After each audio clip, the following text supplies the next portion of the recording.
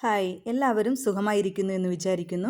വീഡിയോയിലേക്ക് പോകുന്നതിന് മുമ്പ് ഇന്ന് വരെ എനിക്ക് നൽകിയ സപ്പോർട്ടിന് താങ്ക് യു സോ മച്ച്. ഇന്ന് നമുക്ക് കൃഷ്ണനൊപ്പമുള്ള 5 രസങ്ങളെപ്പറ്റി മനസ്സിലാക്കാം. ആത്മീയ ഗുരുവിൻ്റെ സുതാര്യമായ മാധ്യമത്തിലൂടെ പരമപുരുഷൻ തൻ്റെ അതീന്ദ്രിയ ആത്മീയ സ്വഭാവത്തിൽ എല്ലായിടത്തുമുണ്ടെന്നും ജീവജാലങ്ങൾക്ക് ഭഗവാനുമായുള്ള ബന്ധം പ്രത്യക്ഷമായും പരോക്ഷമായും എല്ലായിടത്തും ഈ ഭൗതിക ലോകത്തിൽ പോലും ഉണ്ടെന്നും മനസ്സിലാക്കണം. ആത്മീയ ലോകത്ത് പരമാത്മാവുമായി 5 തരത്തിലുള്ള ബന്ധങ്ങളുണ്ട്.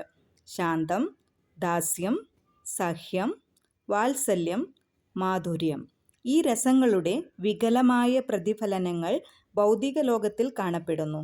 ഭൂമി, വീട്, ഫർണിച്ചർ, മറ്റ് നിഷ്ക്രിയ ഭൗതിക വസ്തുക്കൾ എന്നിവ ശാന്തരസത്തിൽ അല്ലെങ്കിൽ നിഷ്പക്ഷവും നിശബ്ദവുമായ ഇന്ദ്രിയത്തിൽ ബന്ധപ്പെട്ടിരിക്കുന്നു. അതേസമയം ദാസന്മാർ ദാസ്യബന്ധത്തിൽ പ്രവർത്തിക്കുന്നു. സുഹൃത്തുക്കൾ തമ്മിലുള്ള പരസ്പര ബന്ധത്തെ സഖ്യം എന്ന് വിളിക്കുന്നു. മാതാപിതാക്കളുടെ കുട്ടികളോടുള്ള വാത്സല്യം വാത്സല്യം എന്ന് വിളിക്കുന്നു. ദാമ്പത്യ സ്നേഹത്തിൻ്റെ കാര്യങ്ങളാണ് മാധുര്യം. ഭൗതിക ലോകത്തിലെ ഈ 5 ബന്ധങ്ങളും ആദ്യമവും ശുദ്ധവുമായ വികാരങ്ങളുടെ വികലമായ പ്രതിഫലനങ്ങളാണ്.